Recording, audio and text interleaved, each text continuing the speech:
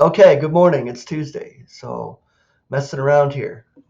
This mic is a blue snowball mic that I normally use for my videos. It's crapped out for some odd reason. It's not working. I just get this sound when I do my videos and replay them just to make sure that the sound is fine. So now I'm using my webcam mic that's on there. So we'll see if it works better. I played it back and it seems okay on my end, so hopefully it's good and you can hear me. Thank you for joining me on this Tuesday. We have an allotment among the celestials, and it's not mortified in the sense that we're not bringing it down and dragging it down to this earthly realm. It's so many people I don't get that seem to love this current wicked eon. True members of the body of Christ know that they have an expectation. So why is it mortifying it when you're bringing it down here to this terrestrial realm? Our daily walk, our daily lives, our daily existence is for a purpose. It's an experience, man. We were chosen before humanity was even created in Christ. We're already seated among the celestials in spirit next to God in Christ, our brother, our head. So why would we not want and long to see our brother come and grab us out of here? This is the whole point. Johnny Greene did an excellent video, his recent one, and I'm going to post that as the feature video today. He's an excellent speaker and an excellent brother, giving excellent truth. So yeah, that's the feature video today. I forgot what it was called, but anyway, I'm going to feature that video today. So go check it out. He's coming up, he's teaching, he's sharing truth, he's getting it out there. Well, that's the important part. This is why I promote other believers that are actually sharing truth and giving it out there. I appreciate Martin, what he's doing the last couple of days, exposing the lie of that, because the expectation that we have is so tremendously awesome, and the glory about to be revealed for us is so tremendously awesome. Why would we want to stay in this trench in mortal bodies dying? There'll be some who are alive at the snatching away and just change on an instant. And that's, I believe, we are living in that era right now, because you can see what's happening. The scoffers are coming out. Where's the promise of his presence? This is what I'm seeing anyway. I don't know what all of you are seeing, but apparently our brother Martin sees the same thing. This is trying to just destroy our expectation, bringing it down to a mortal level, mortifying.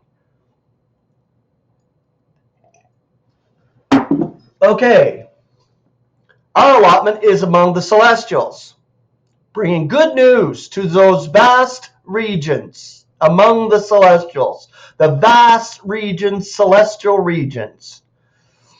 We are going to enjoy that. We don't know exactly what it's going to be like, but we know in spirit, we have that glimmer in spirit of what is upcoming. And that glimmer is just as powerful as anything. And that'll take away your sadness, your sorrow, your agony in spirit, and give you that joy and peace in knowing what's coming for the members of the body of Christ, especially of believers.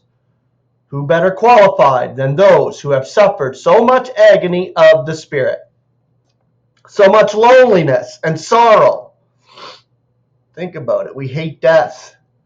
As a brother recently, Brother Rob, I'm praying for you, brother, because I went through the same damn thing with my brother Rick, who passed away, who went to the death, which we hate. We long for that day at the consummation when all will be made alive. Death will be completely abolished, done away with. It's an enemy, and it's the last enemy to be abolished.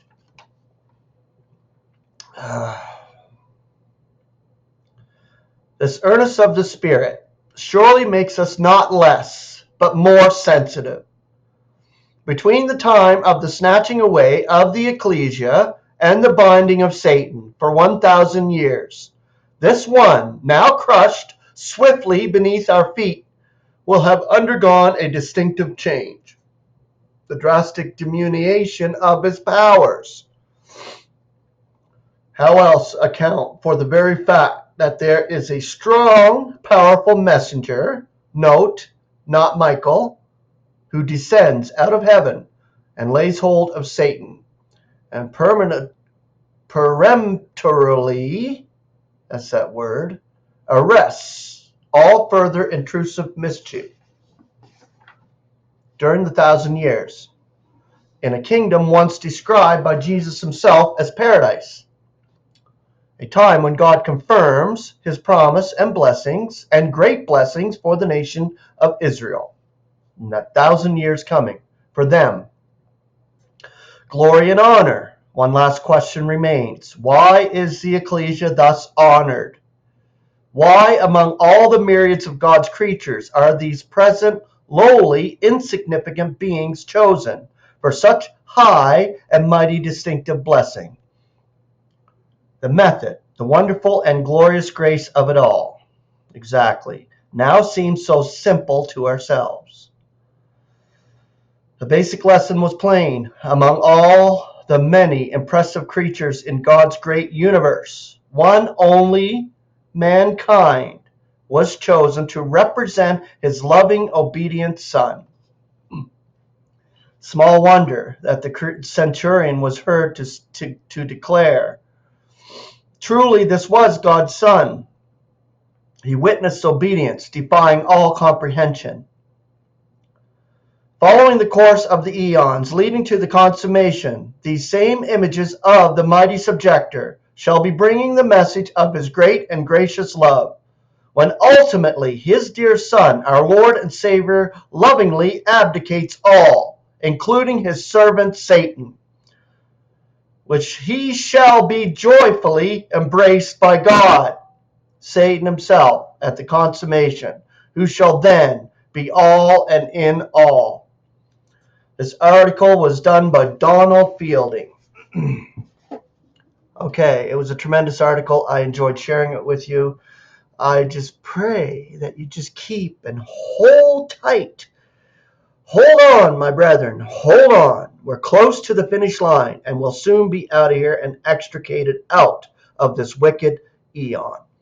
Grace and peace. I love you all.